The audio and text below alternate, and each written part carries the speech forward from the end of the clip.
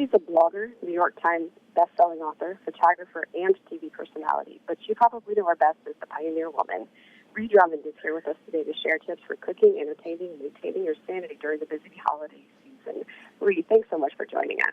Thank you so much for having me. Happy holidays. Of course. Happy holidays to you, too. Now, what are some of your most treasured holiday meal traditions with your family and friends? Oh, gosh. I think any holiday tradition that I love involves food, for sure. I love making cinnamon rolls, just like my mom and I used to make. I like making a big, beautiful Christmas Eve dinner, biscuits and gravy on Christmas morning. So we have no shortage of food around the holidays in our house. Sounds delicious to me. Now, I think that what happens to me a lot of time anyway is when I'm entertaining, I tend to get stuck in my kitchen and away from my guests, which makes me just go, what can I do to stop that from happening? That's a great question, and I agree. I don't like that either. I don't like feeling like I'm away from the people that I invited over, and the whole point of Christmas time is being with your friends and family and enjoying one another. So honestly, I think about this a lot. I'm always trying to combat that. So I think the number one piece of advice I could give is to plan ahead and do as much ahead as you can. And by that I mean do the grocery shopping not the day before your event, but a week before your event. Put everything away and then go through each recipe and literally come up with a roadmap for each one. Start 5 days out and say, what can I do? What can I prepare and still have it be fresh on the day? So often that's chopping onions and carrots and celery, putting them in containers in the fridge. You can make pie crusts 4 days out, put them in the freezer. So, you just go through each item, see how far out you can prep it. And then when it gets around to the day of your event, it's really more about finishing things up, getting them in the oven or, just assembling things. And then you're not in the kitchen, not just prepping and cooking, but also trying to manage the cleanup. Because if you do a lot of the prep ahead of time, you won't have a huge mess on your hands. So, that's really the only way that I stay sane when I'm hosting an event. And it's the only way that you can really enjoy your guests and not be stuck in the kitchen, as you said.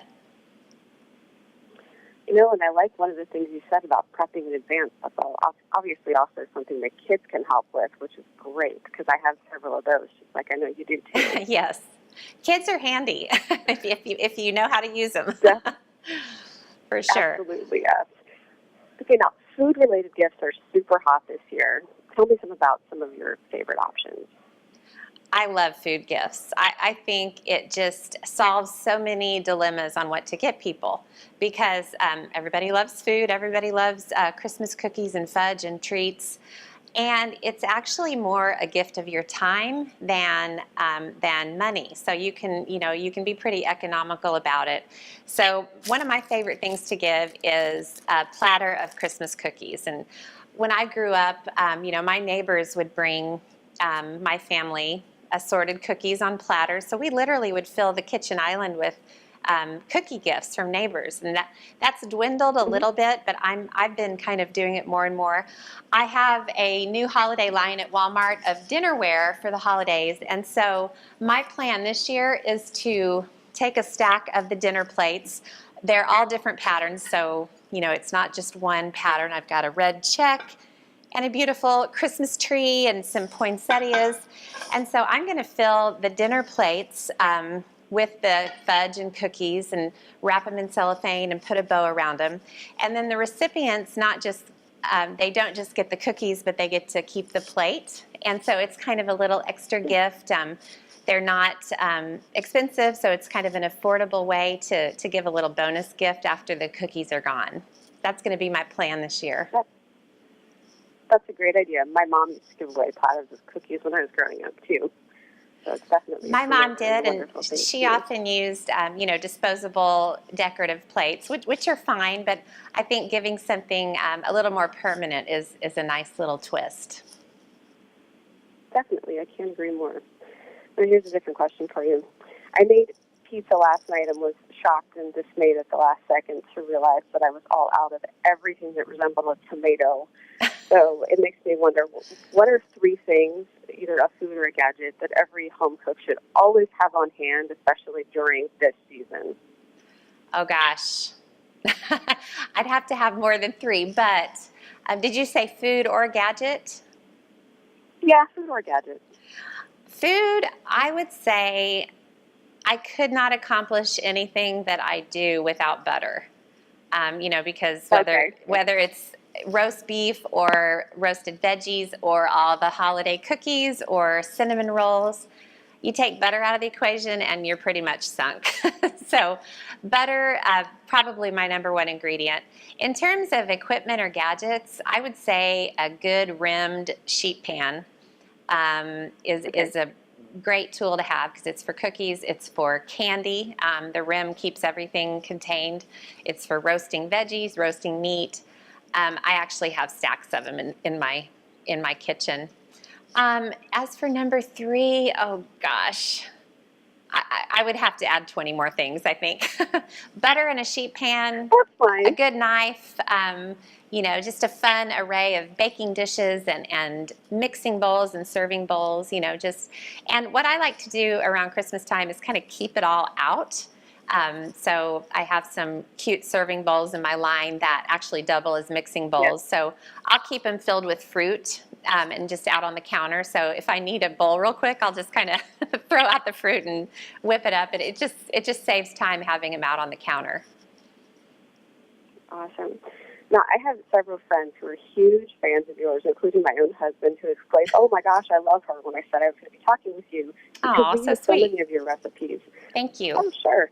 So anyway, these last few questions are kind of a mishmash from different people who wanted to ask you something but couldn't.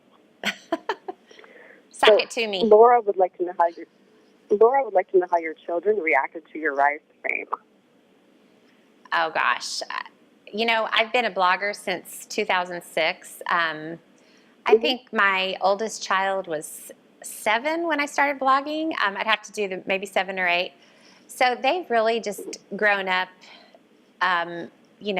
with this happening gradually. So it was my blog and then cookbooks. My show started a few years later.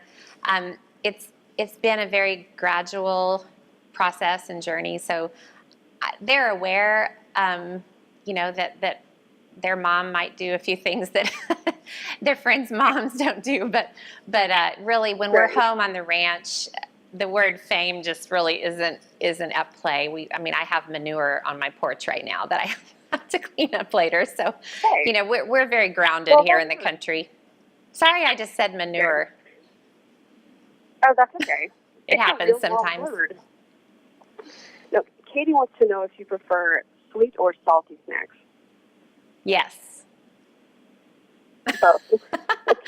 Well, I love salty, and then after I eat salty, I have to have sweet, and then I have to have another salty. Okay. So it's a never-ending cycle of craziness. It sounds like the way I do it too.